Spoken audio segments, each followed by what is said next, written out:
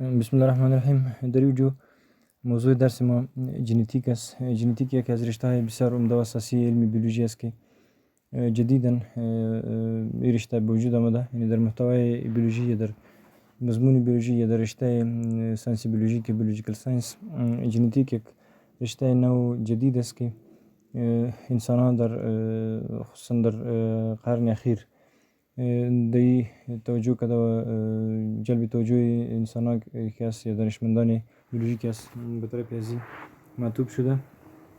یعنی تمام تجاربش و تمام فعالیتش که است نو است، با وجود از اینکه علم یا رشته بیولوژیک است یک رشته نو و رشته جدید است، بنابر اهمیت اساسی و اهمیت بسیار عمده که در زندگی انسان‌ها، در زندگی موجودات زنده، در زندگی موجودات زنده داره. از او خاطر در مدت بسیار کم رای بسیار طولانی را با سرعت زیاد پیموده و دستاوردهای چشمگیر در این عرصه موجود است، در عرصه ژنتیک.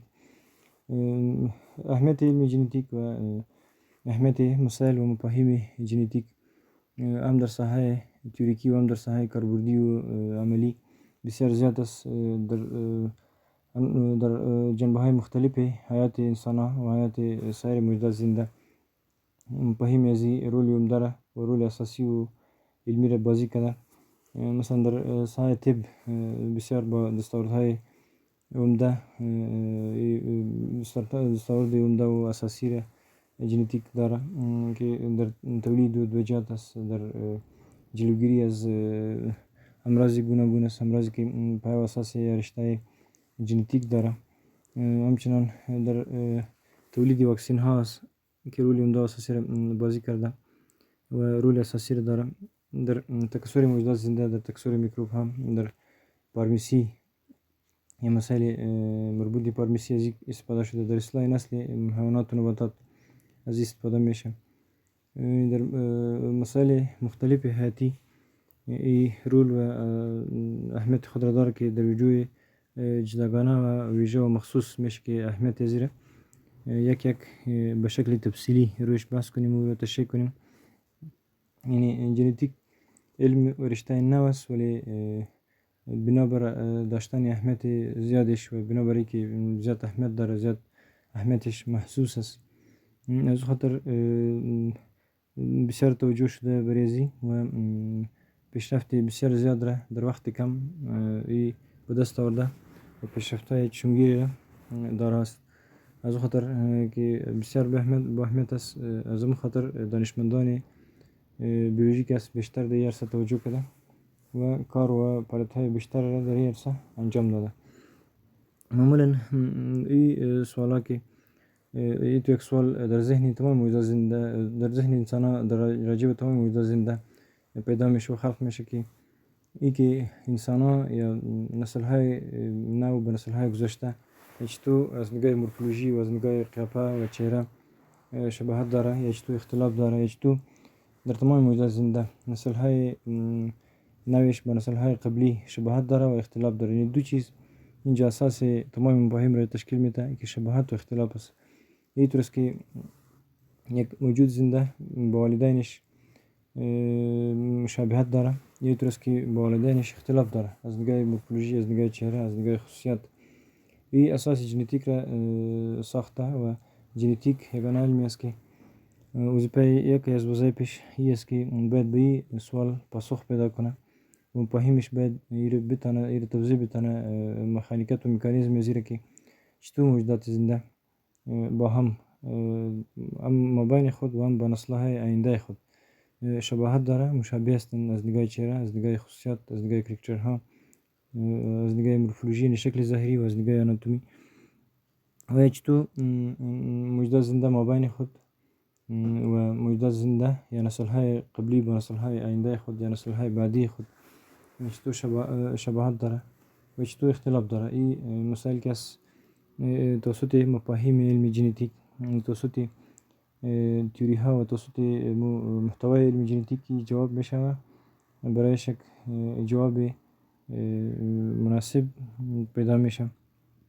معمولا ما در ژنتیک یا در علم ژنتیک ما دو موضوع را دو موضوع مهم را مورد بحث قرار میتیم یا رویش بحث میکنیم که یکی جمله هریدیتی یا وراثت است و دومش کس واریشن یا اختلاف ژنتیکی است. هریدیتی یا وراثت و همچنین واریشن یا اختلاف ژنتیکی دو موضوع جداگانه است که در کل موضوع ژنتیک را یا اساس ژنتیک را میمانه که ژنتیک سریزی موضوعات که بحث میکنم. هریدیتی یا وراثت اصلا معنی زیر میده که معنی شباهت را میده بیونه که یک انسان که چشمهایش سبز است، سبز بودن رنگ یعنی کرکتر یک خصوصیت یکی از ویژگی های ازی است و به نسل بعدیش به اولادش به بچه هایش به دخترایش انتقال میشه و هم چشمهایش که سبز می باشه یا سبز می که خودش معنی شباهت را داره. این بیمونه که ما بین نسل های گذشته و نسل نو یا نسل گذشته و نسل جدید که است یک شباهت وجود داره که شباهت به نام هریدیتی یاد میشه. یک چگونه اینمی سبز بودن رنگ چشم یا سایر خصوصیت ارثی دیگه پایین بودن یا کوتاه بودن و یا بلند بودن قد و قامت هیچ تو انتقال میکنه از والدین به اولاد. یعنی والدین و اولاد در تمام خصوصیاتی که شباهت داشته باشه این چگونه این شباهت انتقال میشه و کدام مکانیکت وجود داره، کدام مواد است که شباهت را از والدین به اولاد انتقال داده. یه طور است که برادرها یا خویشاوندان یا سایر انسان‌های دیگه مابین خود شباهت داره که شباهت چطور در مابین یک خانواده، در مابین یک فامیل یا در مابین یک جمعیت به وجود میاد. این سبب به وجود آمدن این شباهت چی است؟ انتقال شباهت، چگونگی شباهت و تشریح خود شباهت ها که اسی به نام هریدیتی یا وراثت یاد میشه که چگونه خصوصیت ارثی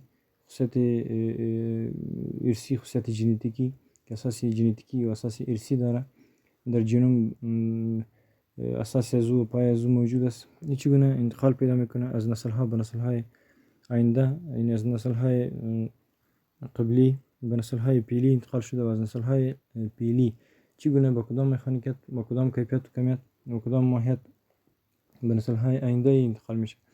این شباهت ها معمولا به نام وراثت یا هریدیتی یاد میشه که در مورد ازی ژنتیک بحث میکنه. در ژنتیک برای ازی تئوری های متعدد موجود است. در ژنتیک برای ازی راه حل موجود است، یک سولوشن مناسب موجود است که چگونه این شباهت ها انتقال پیدا میکنه و سبب به وجود آمدن این شباهت ها سبب به وجود آمدن خصوصیت ارثی سبب شباهت میشه و سبب عوامل را تشریح میکنه که سبب به وجود آمدن مشابهت ها ما بین موجودات زنده میشه. دوم کس واریشن یا اختلاف ژنتیکی است یا تنوع ژنتیکی است. واریشن یا اختلاف ژنتیکی یا تنوع ژنتیکی معنی زیر میده که ما بین موجودات زنده اگه انسان را بگویم ما بین برادرها، ما بین خواهرها، ما بین بچه های کاکا، ما بین اعضای یک فامیل، ما بین والدین و اولاد، ما بین یک جمعیت، ما بین خود انواع این موجودات زنده که مربوط یک نوع است بازم دارای اختلافات است. یعنی در مورفولوژی، در خصوصیات، در کرکترها اختلاف داره. اختلاف به نام واریشن یاد میشه. یعنی چرا یک کس که از پدر و مادر خود تولد میشه و وقتی که جسمش نمو میکنه انکشاف میکنه کاملا با خصوصیاتش یا تقریبا با 1% زیاد خصوصیاتش متفاوت است با پدر خود و با مادر خود. یعنی چی سبب ازی میشه که بعض خصوصیاتش یا بعض خصوصیات موجود زنده، بعض خصوصیات ما انسان ها شباهت داره با والدین ما یا برادرای ما یا با سایر خویشاوندای ما و بعضی خصوصیات ما که است کاملا متغیر است، کاملا متفاوت است، کاملا اختلاف داره در مغایرت با اونمو کرکترها و خصوصیات والدین ما یا دوستان ما قرار گرفته. سبب ازی چی است؟ یعنی سبب هریدیتی یا وراثت یا سبب شباهت ما بین موجودات زنده و سبب واریشن یا سبب اختلاف ژنتیکی یا سبب تنوع ژنتیکی. این کسی عواملی ازی که چرا این چیز به وجود میاد، چرا اختلاف ژنتیکی ما بین موجودات زنده به وجود میاد. این ما بین انواع، یعنی ما بین افراد یک نوع، ما بین افراد یک جمع، ما بین افراد یک خانواده، ما بین دوستان، ما بین والدین و اولاد، ما بین نسل های گذشته و آینده این چیز مورد بحث قرار میگیره. یعنی هم اختلاف ژنتیکی مورد بحث قرار میگیره عوامل ازی بالایش کار میشه، عامل ازی تشریح میشه که چرا کار میشه و مکانیزم مکانیکت ازی که چگونه اختلاف وجود میه، اختلاف ژنتیکی در موجودات زنده و چگونه شباهت یا سیمیلاریتی وجود میه. عامل ازی چی است؟ و نمو مواد ارسی که سبب وجود آمدن اختلاف یا شباهت میشه، با کدام فریکونسی با کدام پتانسیل عمل میکنه، یعنی چگونه در یک موجود زنده یک کرکتر مشابه با والدینش وجود میه، با کدام پتانسیل با کدام انرژی این میتونه که خود را تظاهر بده، خود را ظاهر کنه و چگونه یک خاصیت در جسم یک موجود زنده در حالی که او انتقال شده کود از مواد ارسی که او کود میکنه انتقال شده بازم نمیتونه که خود را تظاهر بده، خود را آشکار کنه. و خاصیت چگونه خاصیت نهفته میمانه و به شکل مغلوب میمانه، نمیتونه که خود را ظاهر کنه. این تمام مسائل که است در وراثت و در هریدیتی، مسائل مربوط و مفاهیم مربوط، محتوای مربوط هریدیتی یا وراثت، مسائل محتوا و مفاهیم مربوط وارشان اختلاف ژنتیکی یا تنوع ژنتیکی کلش توسط علم ژنتیک، توسط رشته ژنتیک تشریح میشه. اگر خلاص بگویم، بسیار ساده و واضح بگویم، تو باید بگویم که ژنتیک علمی است که انتقال مواد ارسی را که او مواد سبب وجود آمدن خصوصیت کرکترهای ارسی میشه، کرکترهای ژنتیکی میشه در موجودات زنده، این از والدین به اولاد این مورد بحث قرار میده. یعنی این تشریح میکنه که چگونه خصوصیت، چگونه عوامل خصوصیت از نسل‌های گذشته به نسل‌های آینده انتقال میکنه، چگونه موجودات زنده که از مابین خود شباهت داره، چگونه موجودات زنده مابین خود اختلاف داره، چی سبب از این میشه که ما خصوصیت ما، کرکترهای ما با والدین ما که شباهت پیدا کنه و کدام مسائل، کدام عوامل، کدام مکانیکت ها، کدام ماهیت عمل سبب از این میشه که جسم ما، مورفولوژی ما، ساختمان ظاهری ما، خصوصیت ما، ذکاوت ما، فعالیت های ما، فعالیت های روزمره ما، سلوک ما اختلاف پیدا کنه با والدین ما. این تمام مسائل که است این وظیفه ژنتیک است که تشریح کنه و رشته که مسائل مورد بحث قرار میده، این سر از این محتوا بحث میکنه، کار میکنه، بر از این پرنسیپ ها و قوانین را به وجود میاره.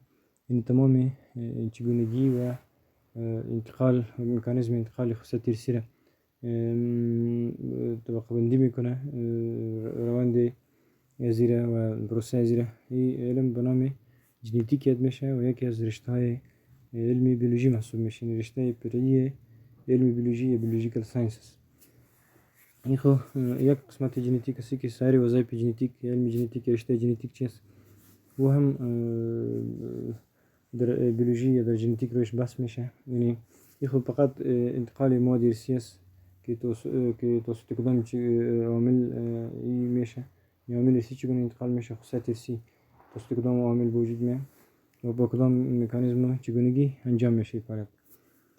مسئله دوم که است این است که ژنتیک چطور در اصلاح نسل نباتات رول داره، در اصلاح نسل حیوانات رول داره. یعنی وقتی که نباتات را اصلاح نسل نباتات میگیم، بیمونه که نباتات را از نگاه کمیت و از نگاه کیفیت اصلاح کنیم. بیمونه وقتی که حاصل نبات را میگیریم از نگاه کیفیت باید این باشه که اگر به منظور پروتئین دانه های تخم نباتات را جمع‌آوری میکنیم، از خطر نباتات را کشف میکنیم، باید فیصدی پروتئین بالا ببریم یا کیفیت خود پروتئین، کیفیت غذایی یا نیوتریشنال کوالیتی پروتئین را باید بالا ببریم. اگر هدفی است که کمیت حاصلدهی نباتات که است یا پلنت پروداکتیویتی او از نگاه کوانتیتیتیو، از نگاه مقداری افزایش پیدا کنه، باید ایتو اصلاحات دو در جنوم امون نباتات به وجود بیه و صورت بگیره توسط ژنتیک که به اندازه زیاد گندم را مثلا تولید کنیم، به اندازه زیاد میوه را تولید کنیم. یعنی اون نیازمندی جامعه را و نیازمندی روزافزون نفوس را باید جوابگوی باشیم که توسط مفاهیم ژنتیکی کار ممکن است و توسط اصول ژنتیک میشه که اصلاحات صورت بگیره. همچنین در حیوانات هم میشه که اصلاحات صورت بگیره. مثلا حیوانات که از خاطر تولید شیر تربیت میشه و پرورش داده میشه، میتونیم که در داخل از او در جنوب از او تغییرات را بیاریم که شیر هم مقدار شیرش زیاد شود و هم کیفیت شیرش کس خوب شود از نگاه مواد غذایی و از نگاه مواد ذخیروی که در او مواد غذایی ذخیره میشه. از اون نگاه این تغییرات کسی محسوس است و این تغییرات کسی ثابت است که در تمام جهان ریاضی کار میشه و ریاضی تجارب انجام میشه و در بهتر شدن زندگی انسان ها، در بهتر شدن خدمات و ارائه خدمات برای انسان ها در قسمت های تغذیه و صحت، در قسمت های طب و مسائل صحی روی ریاضی کار میشه و در پرتو مفاهیم و اصول ژنتیکی کار این فعالیت انجام میشه. در بالای از این در تولید دوا یا ادویجات از این کار گرفته میشه.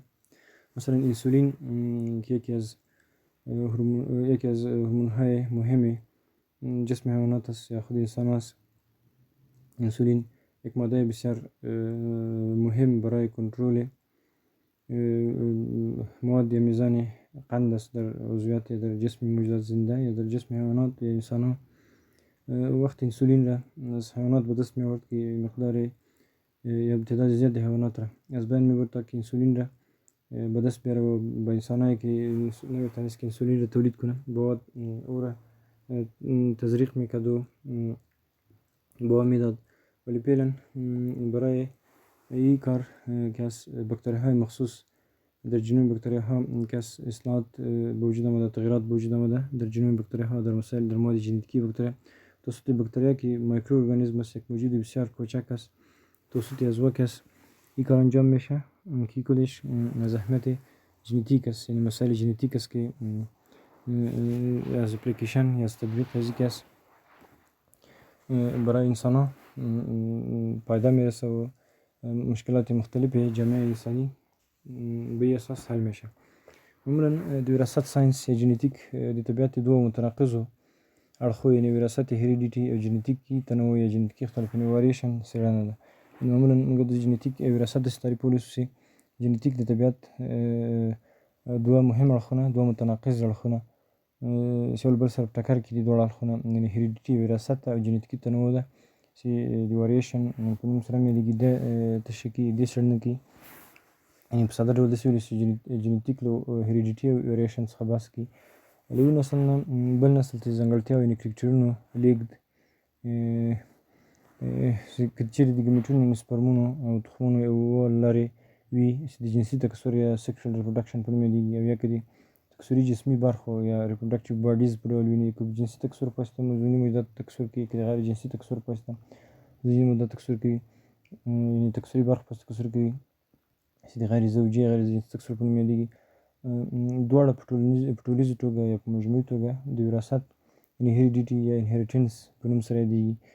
کله چې خصوصیات یا کرکټرونه د تکثر په واسطه د ریپروډکشن په واسطه له یو نسل نه بل نسل ته انتقالیږي، نو په دې وخت کې ارثي مواد یعنې ډي ان اے یا ډیوکسي رایبونیوکلیک اسید چې د خصوصیاتو یا د کرکټرونو د منځته راتګ سبب کېږي، دا هم یو ځای سره انتقالیږي، یو ځای سره لیږدول کېږي. وراثت هریډیټي د افرادو ترمنځ د ورته والي یعنې سیمیلریټیز د ورته والیو هغه علت څخه عبارت دی. د په علت باندې بحث کوي، په دې بحث کوي چې ولې ژوندیو موجوداتو ترمنځ ورته والی منځته راځي، ولې د مور او پلار یا د یوازې د پلار یا یوازې د مور سترګې شنې دي او د لور یا د زوی سترګې هم شنې دي، ولې د مور او پلار ویښتان چې دي ګړګوتې دي یا ویښتان چې دي توني شکل لري، د اولاد ویښتان هم توني شکل لري، یا ولې د پلار قد جګ ده د لور قد هم یا د زوی قد یا د اولادونو قد هم جګ ده یا لوړ قد لري، یا دې ته ورته نور ارثي خصوصیات او ځانګړتیاوې، یعنې دا ټول د ورته والي یا سیمیلریټي په نوم یادېږي. همدا وراثت د وروڼو او خویندو او یا هم د اولادونو او والدینو ترمنځ د ورته والي او بنسټیز لامل ګڼل کېږي او بنسټیز لاملونه یې څېړي. جنتیکي اختلاف یا واریشن د افرادو ترمنځ د اختلاف او نه ورته والي یعنې ډیفرنسز یا تفاوت علت او لامل دی، یا دې لامل او علت څخه بحث کوي. واریشن د وروڼو او خویندو او یا هم د اولادونو او والدینو ترمنځ د جنتیک ځانګړتیاو د اختلاف او نه ورته والي له اصلي سبب څخه عبارت دی او له اصلي سبب څخه بحث کوي چې دا اختلاف کله کله په ډېره ټیټه کچه شتون لري مثلا د حقیقي دوه ترمنځ چې د آیډنټیکل ټوینز په نوم یادېږي، یعنې دوه ګوني کمکیان چې کله پیدا کېږي ترمنځ هم کېدای شي دوه ملګري او یا والدین د دوی ترمنځ ورته نه ورته والی په اسانۍ سره تشخیص کړي. یعنې هغه کمکیان چې یو ځای پیدا کېږي، هغه ماشومان چې هغه په دوه ګوني ډول یا په دوګانه ډول له مور نه تولید کېږي، د هغو ترمنځ اکثره وخت توپیر د ارثي خصوصیاتو توپیر ډېر په ټیټه کچه موجود وي، ډېر په کمه کچه باندې موجود وي او ډېر په سختۍ سره، یعنې کېدای شي یوازې د فامیل غړي یې، یوازې مور او پلار یې، یوازې ډېر نږدې ملګري او دوستان یې، ډېر نږدې همصنفیان یې کېدای شي وکولی شي چې د دا ډول دوګونو ترمنځ اختلاف په ګوته کې اختلاف باندې وپوهېږي. دا ټول په دغه ټیټه کچه اختلاف یا په ډېره لوړه کچه اختلاف د ټول د وراثت د جینیتیک د علم موضوع ده، د جینیتیک د علم محتوا دې ته جواب وایي، د دغه میکانیزم میخانیکت تشریح کوي. جینیتیک ساینس زیار باسي تر څو د وابسته افرادو ترمنځ د ورته والي او نه ورته والي میکانیزم او اساسات تشریح کړي. او همداراز د ساینس دا برخه یعنې جینیتیک د تکامل یا ایولوشن د پدیدې سره هم ډېر نږدې ارتباط لري. همدارنګه د حجروي تغیر پذیري یا سایټوډیفرنټیشن په هکله د څېړنو دنده په غاړه لري. یعنې معمولا د سایټوډیفرنټیشن یا حجروي تغیر پذیري چې ده د حجرې په داخل کې تغیرات دي چې حجره وظیفوي تکامل ته رسېږي، یعنې سپیشلایزیشن کوي یا سپیشلایزډ حالت خپلوي یا مخصوص حالت خپلوي، یعنې له عمومي حالت نه یا جنرال حالت نه راوځي مخصوص حالت ته، وظیفوي میچورټي یا وظیفوي پوخوالی پکې منځته راځي. یعنې که په لنډ ډول داسې ووایو په یو وخت کې چې زموږ ټول جسم یوه حجره وو یا د حجرو یوه مجموعه یا کتله د حجرو وه، نو په وخت کې زموږ ټولې حجرې یو شان وي او داسې حجرې نه وي چې عصبي حجرې هم بېلې وي یا د قلبي حجرې هم بېلې وي، د وینې کرویات حجرې هم بېلې وي، د هډوکو حجرې هم بېلې وي. وروسته چې کله په موږ کې سایټوډیفرنټیشن یا حجروي تفریق پذیري یا تغیر پذیري منځته راغله، عصبي حجرې په جسم کې بېلې شولې، هغه حجرې چې زړه ورڅخه جوړ د قلبي حجرې بېلې شولې، هیپاټوسایټونه یا د جګر حجرې بېلې شولې، د عضلاتو حجرې بېلې شولې او دا حجرې په خپل منځ کې د ساختمان له مخې، د جوړښت له مخې، د ظاهري شکل او اناتومي له مخې، د سایز یا اندازې له مخې او د فیزیولوژي یعنې د وظیفې د انجام له مخې، همدارنګه د بیوکیمسټري یا د بیوشیمي یعنې د داخلي کیمیاوي تعاملاتو او میتابولیزم د سرته رسولو له مخې تفاوت او فرق لري. دغه تفاوت د ډیفرنټیشن په واسطه منځته راځي او ډیفرنټیشن په نوم یادېږي، د سایټ ډیفرنټیشن یا سیلولر ډیفرنټیشن په نوم یادېږي. دا سیلولر ډیفرنټیشن یا حجروي تفریق پذیري چې ده په دې کې هم جینیتیک یا د حجرې ارثي مواد کې چې دي یا د حجرې جینوم چې ده په دې کې رول لري. دې تر څنګ د ایولوشن یا تکامل په برخه کې هم جینیتیک رول لري، په دې معنی چې یو ژوندی موجود کله په یو ساده حالت کې، یعنې ایولوشن یا تکامل په دوه برخو ویشل کېږي، یو اونتوجیني یا انفرادي تکامل ده او بل پایلوجیني یا ګروهي یا قبیلوي تکامل ده. په دواړو تکاملو کې کله چې یو انسان له یو ډېر کوچني حالت نه چې یوه حجره ده له هغه نه جوړ شوی په تریلیونونو حجرو باندې بدلېږي، دې ته انفرادي تکامل وایي یا اونتوجیني ورته وایي. په دې کې هم جینیتیک خپل رول لري، اساسي رول اجرا کوي د حجرې جینوم، د حجرو جینوم یا ارثي مواد. په قبیلوي تکامل کې هم یعنې په پایلوجیني کې هم جینیتیک خپل رول ادا کوي او همدا اساسي رول لري. وراثت هیریډیټي او جینیتیکي تنوع یا وریشن د نوو یعنې نوو سپیشیز یا نوو په منځته راتګ کې یا په سپیسیشن کې ډېر مهم رول لري چې نوې په ژوندیو موجوداتو کې منځته راځي، یعنې د نوو په منځته راتګ کې دې رول ډېر زیات ده. معمولا د بیولوژیکي ساینس هغه برخه د ژوندیو موجوداتو لکه ویروسونو، بکتریاوو، د نباتاتو په حیواناتو او نباتاتو کې د وراثت میکانیزم او جینیتیکي اختلاف یا تنوع یعنې وریشن سره سروکار لري. دا معمولا د جینیتیک څخه عبارت دی. یعنې همدغه جینیتیک داسې د ټولو ژوندیو موجوداتو د میکروبونو، د غټو ژوندیو موجوداتو، حیواناتو، نباتاتو جینیتیکي مسایل او جینیتیکي محتوا تر څېړنې لاندې نیسي او د هغې سره سروکار لري. د جینیتیک اصطلاح خپله چې د جینیتیک کلمه د یوناني جین کلمې نه اخیستل شوې ده چې د جوړېدو یا د ټوکېدو یا د شنه کېدو په معنا ده. دا کلمه په 1906 کال کې، جینیتیک کلمه په 1906 کال کې د بیټسون لخوا یو عالمو، دانشمندو یا پوهو د جینیتیک یا د بیولوژي د لوري د وراثت او جینیتیکي اختلاف د فیزیولوژي د څېړنې لپاره د لومړي ځل لپاره کارول شوې ده او منځته راغلې ده. یعنې معمولا جینیتیک یو ډېره نوې څانګه ده د بیولوژي په علم کې. یعنې په 19مه پېړۍ کې د میندل له کارو څخه پیل کېږي. په 19مه پېړۍ کې د میندل په نوم یو سړي د جینټیک برخه کې لومړي ځل سره کار وکړ.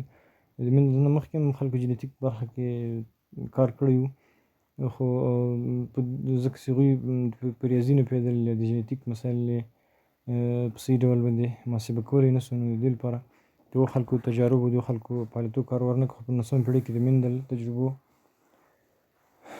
جینټیک برخه کې د نوو اصولو منځته راتلو ته لاره خلاصه کړه. د جینټیک ډېر هغه مسایل چې مخکې خلک نه پوهېدل اوس پرې وپوهېدل. یعنې میندل د جینټیک پلار هم وایي او د جینټیک اساسي محتوا باندې هغه کار کړی دی. د وراثت یا هیریډیټي برخه کې ویلي سوي وراثت عموما یعنې د خواصو د شباهتونو منځته راتلل چې شباهتونه څنګه منځته راځي د والدینو او د اولادونو ترمنځ. عموما دا دوه برخې لري، یو د مندلیزم په نوم یادېږي او بل د نن مندلیزم په نوم یادېږي. عموما د مندلیزم برخه هغه برخه ده چې کله خصوصیات، یعنې کوم خصوصیات چې د مندل د قوانینو په رڼا کې د مندل د قوانینو سره په همغږي یا د هغه د قوانینو په مطابقت سره کله یو نسل نه بل نسل ته انتقالېږي، دا د مندلیزم په نوم یادېږي. مندلیزم د جینټیک هغه رشته ده، د جینټیک هغه برخه ده چې له هیریډیټي یا وراثت نه بحث کوي، یعنې د مشابهت نه د ژوندیو موجوداتو په منځ کې د خصوصیاتو د کرکټرونو له مشابهت نه بحث کوي.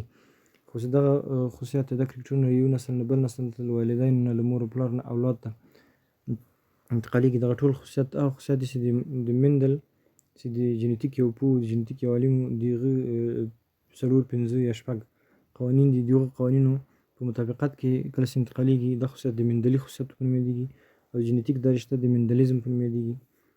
او داسې ویل کېږي چې دا خصوصیات د مندلي خصوصیات د مندل د قوانینو په رڼا کې هغه کوم قوانین اصول د جینټیک لپاره یا د خصوصیاتو د لیږد لپاره منځته راوړي، د هغو مطابق باندې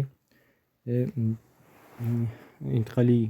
بل نن مندلیزم ده، یعنې غیر مندلي وراثت ده. غیر مندلي وراثت د هیریډیټي وراثت د جینټیک هغه برخه ده چې د خصوصیاتو له لیږد نه د شباهتونو او د ورته والو څخه بحث کوي. هغه خصوصیات چې ورته خصوصیات دي د والدینو او د اولادونو ترمنځ مشابهت یا سیمیلریټي منځته راوړي، د دې له انتقال نه بحث کوي، د دې له انتقال له څرنګوالي نه بحث کوي. ولې د مندل د قوانینو په رڼا کې بحث نه کوي. یعنې دا برخه د وراثت یا د هیریډیټي دا برخه چې ده د انتقال میکانیزم یا میخانیکت چې ده د مندل د اصولو خلاف ده. د مندل د کشفیاتو نه په مغایرت کې یا د هغه نه په اختلاف یا د هغه نه په منحرف ډول باندې دا سرته رسیږي. د مندل د اصولو د مندل د قوانینو په رڼا کې داسې ده دا نه څېړل کېږي، دا ځان ته خپل اصول او قوانین لري. بله مهمه مسله چې ده ټریټس یا خصوصیات دي یا ویژګیانې دي یا خصوصیات دي. ولې د ټریټس کلمه د کرکټر کلمه د خصوصیت په معنا ده یا د ویژګي په معنا ده. د ټریټس معنا یا د ویژګي یا د خصوصیت معنا دا شی ده چې هر شی چې موږ وینو د یو ژوندي موجود ټول خصوصیات، ټول تشخیصیه خصوصیات چې تشخیص کېږي چې موږ تاسې وینو یا موږ تاسې بعضې خصوصیات موږ تاسې نه وینو ولې په یو شکل باندې تشخیص کېږي، حس کولی سو. د ټولو خصوصیات په نوم یادېږي. یو سړی ډېر قد لري دا د خصوصیت ده، یو سړی ټیټ قد لري د ځانګړتیا خصوصیت ده، کرکټر ده یا ټریټ ده. یو سړی شنې سترګې لري دا خصوصیت ده. یو سړی چې له موره پیدا شوی له کوچنیوالي نه سپین ویښتان لري دا د یو ارثي خصوصیت ده. یو سړی د غوږو نرمي د ده وصل دي، د غوږو نرمي چې دي په هماغه د نرمي بیخ کې وصل دي د ارثي خصوصیت ده. یو سړی یو ناروغۍ ته ډېر کاندید ده، زر ناروغه کېږي د یو جینټیکي خصوصیت دی، جینټیکي خصوصیت ده. یو سړی ښه ذکاوت لري، یو سړی نه لري. یو سړی زر جنګ کوي، یو سړی نه کوي. د ټول هغه کرکټرونه یا خصوصیات دي. یو سړی خبرې کوي، په خبرو په وخت کې لاسونه ښوري، بلې خبرې کوي خبرو په وخت کې لاسونه نه ښوري، لاسو ته حرکت نه ورکوي. یو سړی باډي لینګویج کاروي یا نه کاروي، تر ډېره پورې دا خصوصیات چې دي. یو سړی یو مرض مثلا شکرې ناروغۍ یا د ځینې نورې ناروغیانې سرطان یا نور ناروغۍ باندې اخته کېږي چې دا اکثره ارثي ریښه لري، یعنې والدین یا په پورته شجره کې وکتل شي دا ناروغي په ارثي ډول موجوده وه. دا ټول هغه ارثي کرکټرونه یا خصوصیات دي چې دا عموما د ارثي موادو په واسطه د ارثي موادو د انتقال یا لیږد په واسطه له یو نسل نه بل نسل ته انتقالېږي. چې دا په دوه ډوله دي، دوه ډوله خصوصیات، دوه ډوله ځانګړتیاوې موږ وینو موجوداتو کې یو ویزیبل یا فزیکل کنډیشنز دي، یعنې قابل دید خصوصیت دي، د لیدو وړ خصوصیت دي، هغه خصوصیت دي، هغه ویژګیانې دي، هغه کرکټرونه دي چې لیدل کېږي.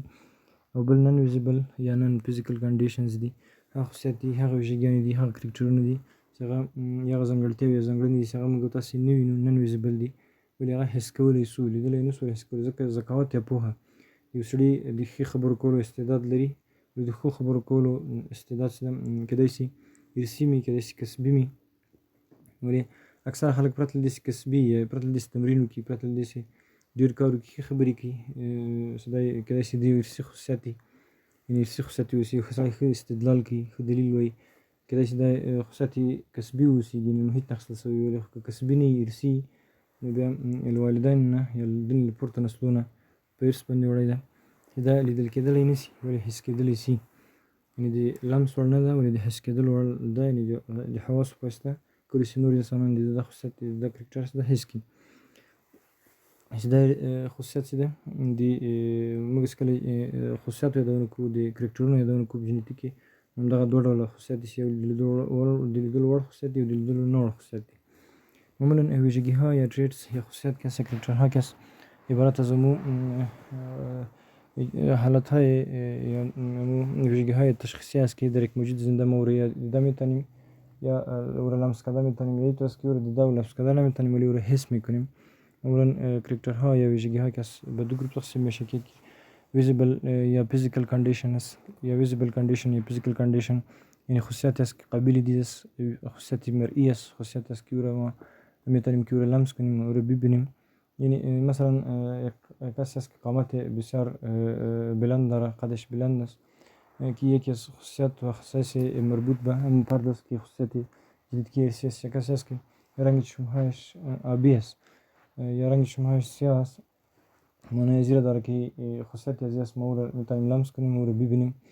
و دوم خصوصیت نان ویزیبل است، خصوصیت غیر قابل دید است، خصوصیت نامرئی است یا کرکترهای نامرئی است، غیر قابل دید است که او را دیده نمی‌توانیم، لمس کرده نمی‌توانیم، ولی می‌توانیم که او را حس کنیم، به حواس خود حس کرده می‌توانیم. مثلا یک کسی است که بسیار بی‌حوصله است، یک کسی است که روابط اجتماعی را چندان در نظر نمی‌گیره، مثلا در روابط اجتماعی که ضعیف است، این شاید یکی از خصوصیات یا خصایص ارثی ازی باشه که به ارث برده باشه از والدین خود یا از نسل‌های قبلی و نسل‌های ماضی خود، این را به ارث برده باشه، این را ما حس کرده می‌توانیم ولی این را لمس کرده نمی‌توانیم. این خصوصیت یا قابل دید است، ویزیبل است یا نان ویزیبل است، ولی در دو صورت خصوصیت شاید ارثی باشه یا خصوصیت شاید غیر ارثی باشه. اگر غیر ارثی باشه از محیط، از انوایرمنت گرفته شده، یعنی از محیط یک کسی او خصوصیت را کسب کرده که او ارثی نمیشه، تنها منحصر به می خود اون فرد است، به اون نسل است، برای اولاد اون نفر، برای نسل‌های بعدیش انتقال نمیشه و از نسل‌های قبلی او را به ارث نبرده.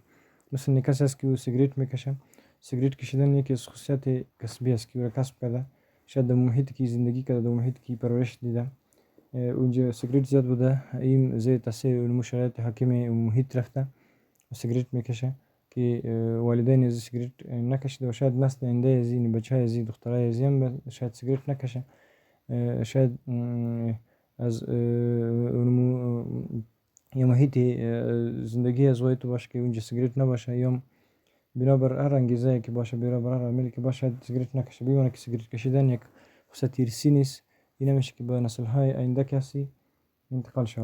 رنگ چشم یکی از خصوصیت ارثی است، یا طرز موهای لشم یا موهای مجعد خصوصیت ارثی است. کسی نمیتونه که موهایش که به شکل تونی وجود داره او را شکلش تغییر بده، یا رنگ چشمش که سبز است او را تغییر بده، یا رنگ چشمش سیاه است بخواد که سبز شه او را به شکل دائمی و به شکل فیزیولوژیک و بیولوژیک او را تغییر بده، که خصوصیت ارثی است که مطابق قوانین وراثت و ژنتیک برش از والدین انتقال شده یا از نسل‌های گذشته برش انتقال شده. این نمیتونه که را تغییر بده، این غیر قابل تغییر است یا unchangeable است، قابل تغییر نیست، که معمولا به نام تریت یا خصوصیت یاد میشه. ما معمولا بالای خصوصیت کار میکنیم، در مورد خصوصیت و در مورد چگونگی انتقال خصوصیت بحث میکنیم که ارثی باشه، قابل انتقال باشه ولی و ارثی باشه و مطابق اصول ژنتیک انتقال شه. یکی تریتس یا خصوصیت با کدام مکانیزم انتقال میشه. ریاضی بحث میکنیم. یعنی تریتس مکانیزم، ترانس ترانسمیشن مکانیزم، یعنی مکانیزم انتقال خصوصیت و پیتویز، یعنی روش های از مورد بحث قرار میتیم که با کدام مکانیکت انتقال میشه. اینجا در موردش به شکل مختصر بحث میکنیم. یگانه راهی که یگانه طریقه که خصوصیت را از یک نسل به نسل دیگه، از والدین به اولاد انتقال میده تکثر است، یعنی ریپرودکشن است. ریپرودکشن یگانه مکانیزم است، یگانه مکانیکت است، یگانه فتوی، یگانه روش و یگانه راهی است که خصوصیت از والدین به اولاد توسط ازی انتقال میشه. این تکثر اگر سکشوال ریپرودکشن یا تکثر زوجی باشه، اگر اسکشوال ریپرودکشن یا تکثر غیر زوجی باشه، در هر دو صورت، این اگر توسط گمیت‌های توسط حجرات جنسی تکثر صورت بگیره، نسل نو در نتیجه پیوست شدن، در نتیجه فرتیلایزیشن یا القای گمیت‌های مذکر و مؤنث، در نتیجه القای یا پروسه القاء موجودات زنده نو بوجود به، نسل نو بوجود به. اگر بدون القاء نسل نو بوجود به، یعنی توسط اجزای تکثری جسمی یا reproductive bodies اگر بوجود به، در هر دو صورت تکثر متضمن انتقال مواد ارثی است یا یگانه پروسه است که با اطمینان کامل مواد ارثی را، یعنی دی ان ای را از نسل‌های قبلی، از نسل‌های ماضی به نسل‌های آینده انتقال میکنه و انتقال میده. این یگانه راه و روش انتقال خصوصیت که است تکثر است یا ریپرودکشن است که توسط ازی خصوصیت که است انتقال میشه. معمولا تکثر بدون است که سکشوال به نام سکشوال ریپرودکشن یا تکثر زوجیت میشه، دیگرش به نام اسکشوال ریپرودکشن یا تکثر غیر زوجیت میشه. ولی که چرا در موجودات زنده تکثر صورت میگیره؟ ایره میفهم که موجودات هیه بعد از زمان بنابر اختتام عمر خویش از بین میره که اگر بقای آنها قایم نشه یا قایم نگرده، به تدریج موجودات زنده منقرض میشه، انواعش منقرض میشه. بنابری تمام موجودات هیه قابلیت ایره داره که افراد هم شکل خود را یا نسل‌های بعدی خود را تولید کنه و وجود بره که به این طرز العمل یا به این طریقه از یک کس به خصوصیت از یک کس ریپرودکشن یا تکثر گفته میشه. بقای نسل خود را توسط می تکثر حفظ میکنه. از این رو موجودات زنده برای ادامه نسلشان به طریقه مختلف تکثر میکنه که به صورت گفتیم که تکثر بدون است که تکثر زوجی و غیر زوجی است. تکثر اول میام به تکثر زوجی یا سکشوال ریپرودکشن. تکثر زوجی جنسی همیشه توسط حجرات جداگانه که به نام گمیت‌های اد میشه، حجرات جنسی اد میشه، صورت میگیره و تفاوت عمده آن با تکثر غیر زوجی دری است که در اینجا در تکثر زوجی دو نوع حجرات یعنی گمیت‌های مذکر و مؤنث تولید میشه و وجود داره و وجود جدید و موجود جدید که از اثر امتزاج این حجرات که است که حجرات جنسی است وجود میاد و تولید میشه که عملا به نام القای فرتیلایزیشن اد میشه یا پیوست شدن اد میشه. حجرات جنسی در غدات جنسی وجود میاد که ساختمان و بزرگی آنها که است در موجودات هیه که است از هم متفاوت است، یعنی در تمام موجودات زنده اندازه گمیت‌ها که است یکسان نیست. حجرات جنسی مذکر به نام اسپرم یاد میشه، حجرات جنسی مؤنث که است به نام اوم یاد میشه.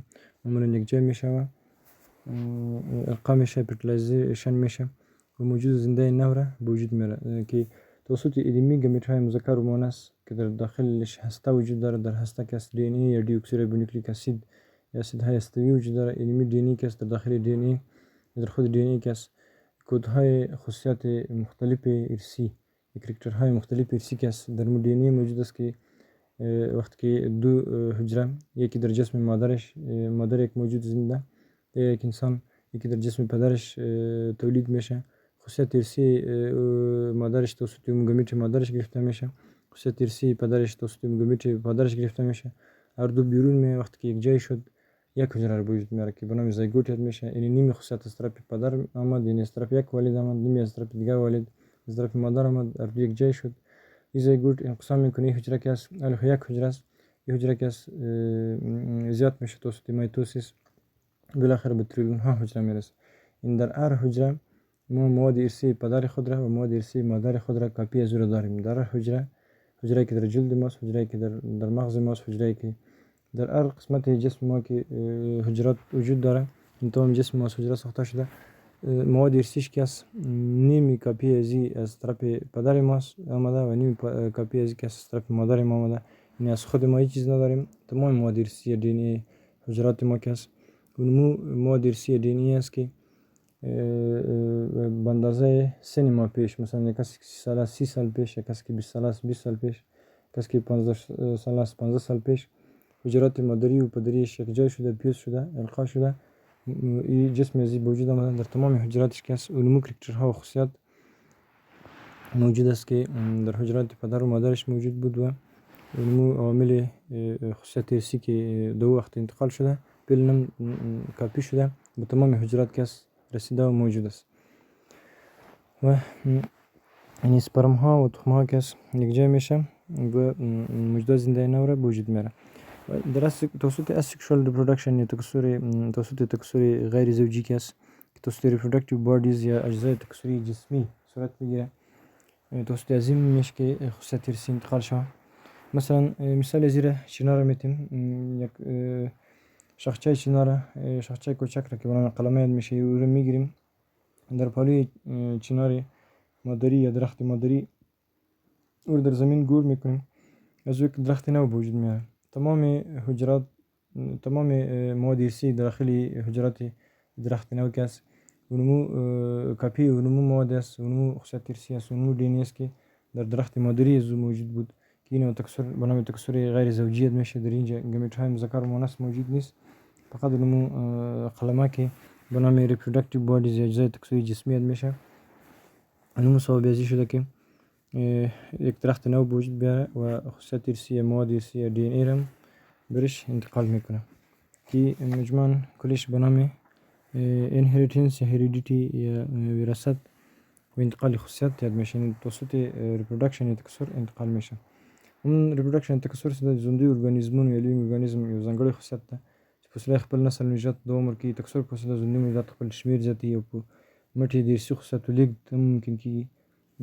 عموما تکثر په دوه ډوله ویشل کیږي، سیاسیکل ریپرودکشن یا غیر زوجي تکثر ده او زوجي تکثر ده او غیر زوجي تکثر ده سیکشوال ریپرودکشن ده. ریپرودکشن کلمه څه ده؟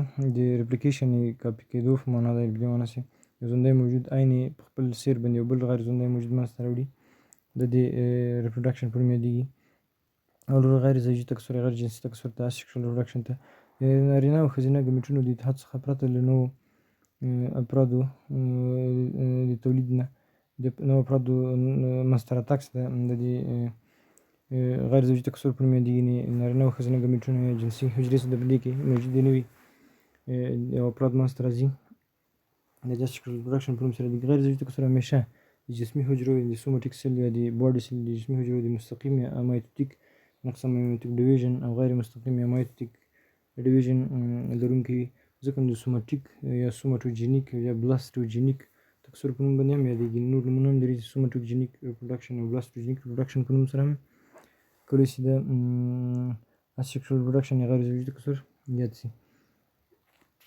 معمولا غیر زوجي تکثر د مختلف ډولونه لري چې د پیژن په نوم یادیږي، د برډینګ په نوم یادیږي، د جیمیول فارمیشن په نوم یادیږي، د ریجنریشن په نوم یادیږي.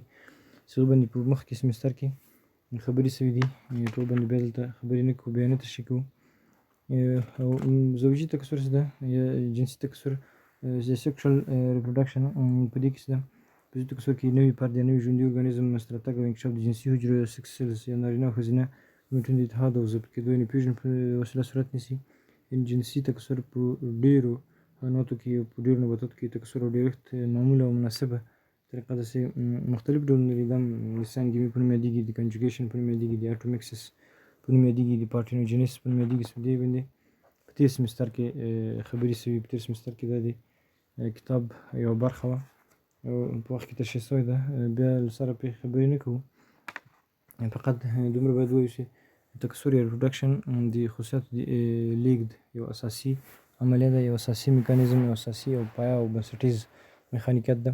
یعنې یوازینۍ لاره، یوازینۍ تګلاره چې د هغه په واسطه ارثي مواد یا ډي ان اي یعنې ډي اوکسي رایبونیکلیک اسید چې وروسته بیا هغه تشریح کېږي چې ډي اوکسي رایبونیکلیک اسید چې دی دا انتقالېږي له پخواني نسل نه نوي نسل ته، له والدینو له مور او پلار نه اولاد ته کله چې انتقالېږي دا د ریپرودکشن یا د تکثر په واسطه انتقالېږي. نو تکثر یوازینۍ لاره د انتقال ده.